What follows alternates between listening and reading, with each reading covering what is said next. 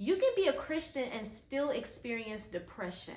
Being a Christian doesn't automatically make you immune to mental health issues. Hey everybody, welcome to my channel. I'm Makayla Inspires, and today I'm going to be sharing my personal testimony with how I was able to overcome depression. Just a little disclaimer, I'm not a doctor. This isn't medical advice. I'm just sharing my personal experience and what worked for me. So just as a little backstory, I spent most of my life in the church. It was around age 10, 11 when my family became more consistent with us going to church. So from then until now, I've been pretty consistent going to church all of these years. But I noticed that when I was a preteen/teenager, that's when I started to experience issues with my mental health. I didn't really have the words for it back then, but I dealt with a lot of social anxiety, and I never really felt like I was good enough. Throughout middle school, high school, college, it just seemed like I was always in survival mode. It seemed like I was always going from problem to problem. I was always struggling with something. Something was always wrong. I was always sad. I would read my Bible, pray every day, but I never seemed to have inner peace. So fast forwarding till about the year 2022, I was in my early 20s, I was an elementary school teacher, and things just seemed to be getting worse. I was living in Florida by myself. I had just gone through a breakup. I thought that my life was going to take off. I was doing well on TikTok. I had over 20,000 followers, and I was so committed to God. I was reading my Bible every day. I was going live, teaching other people about the Bible, praying for hours a week, taking Bible study courses, being a good person. I thought I was doing everything right. But in 2022, even though I thought I was doing everything right, my faith was tested time and time again.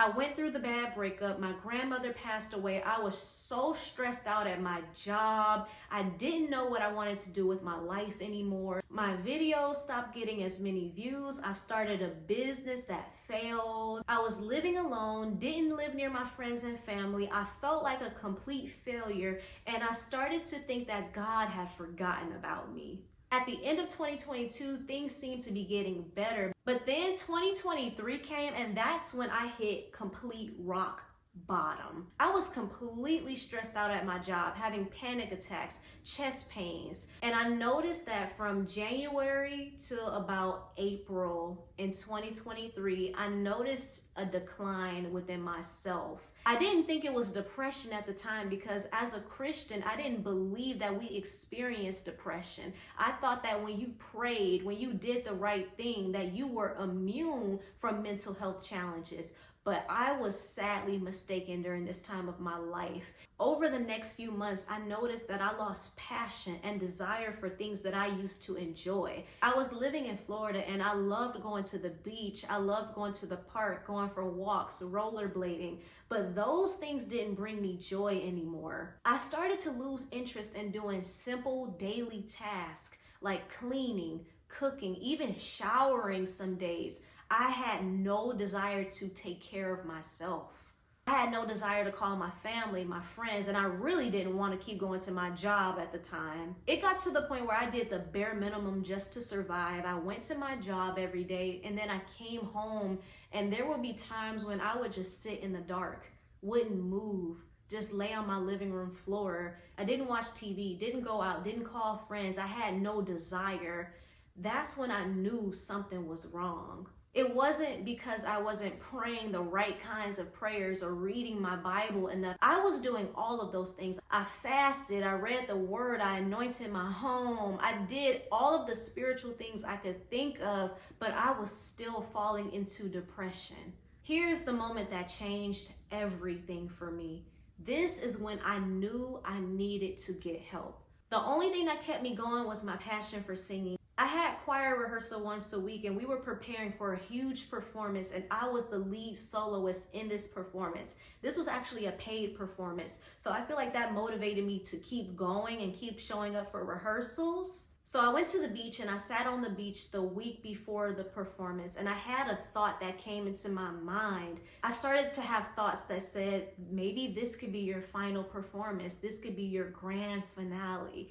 And that's when I knew I needed help, because when my mind started to plan certain certain things and have these negative thoughts, that's when I knew, okay, this is deeper than I could have ever imagined, and I need to get help. It wasn't that I stopped believing in God. I still believed in God, but my fire for God definitely dimmed during this season. I stopped believing that God loved and cared for me. So fast forward, I checked myself into the hospital, told the doctors about the thoughts that I was having, and they had me talk to a psychologist.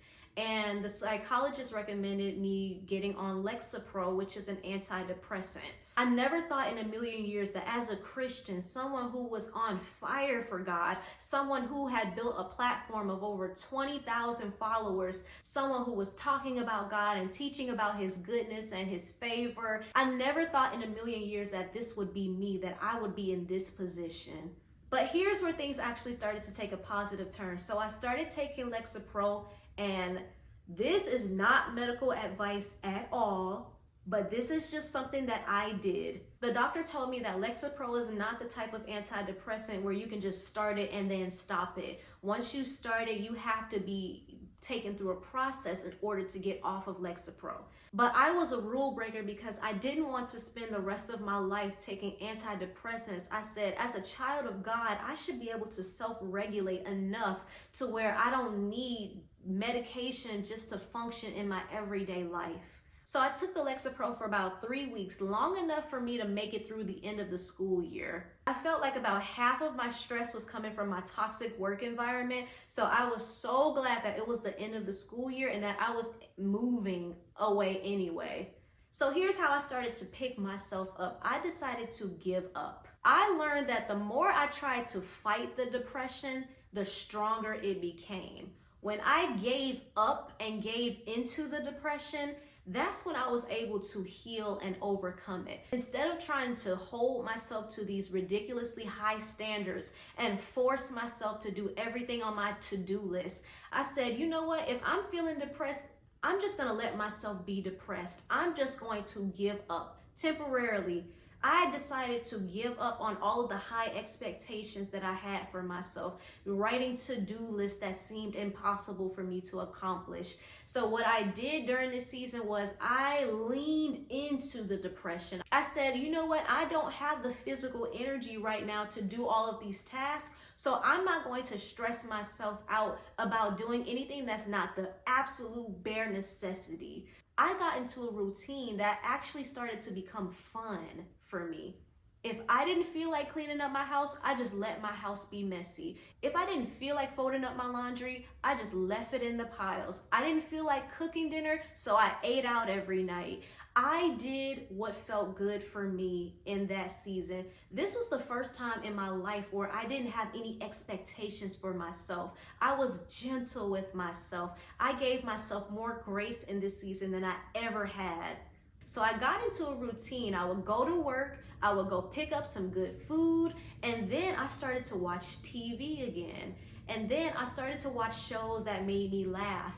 And I would watch TV all night, and I didn't make myself feel bad about it. I didn't realize what I was doing, but doing that over and over again, taking the expectations off of myself, started to cure my depression. I think the word is called anhedonia. I might be saying it wrong, but that's what I was experiencing, a lack of motivation, a lack of interest in doing everyday things.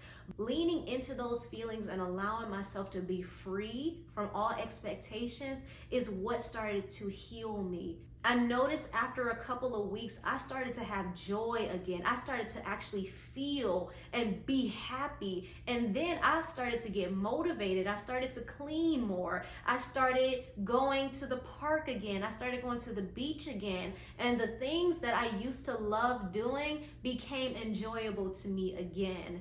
So fast forward again, it's the summertime. I'm getting ready to move to Atlanta, but I go on one more solo trip before I leave Florida.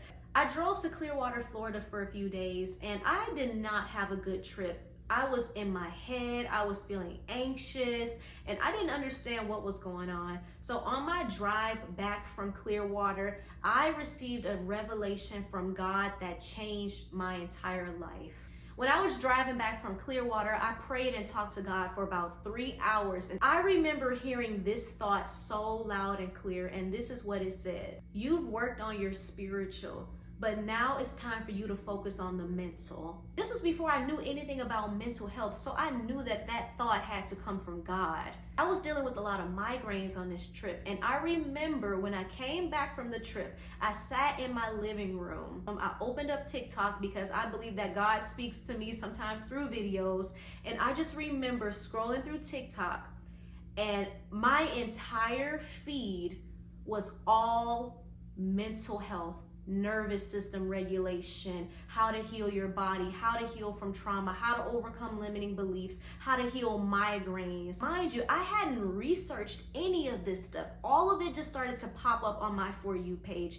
I knew that this was God telling me that I have to learn about the nervous system. I have to learn how to regulate my nervous system and how to actually heal trauma and limiting beliefs. After receiving that revelation, I started to learn more about the nervous system. I started reading books. I started reading books and listening to podcasts about healing past trauma, how to overcome limiting beliefs, how to heal your nervous system. I dived headfirst into learning about the mind and how the mind works. And I believe that over the past 1.5 years, God has been showing me how faith and mental health go hand in hand. I pray that this video has blessed and encouraged you. Please leave any questions down below, especially if you are struggling in your mental health or have been in a similar situation. Well, that is it for this video. Please don't forget to like and subscribe, and I'll see you all in my next video.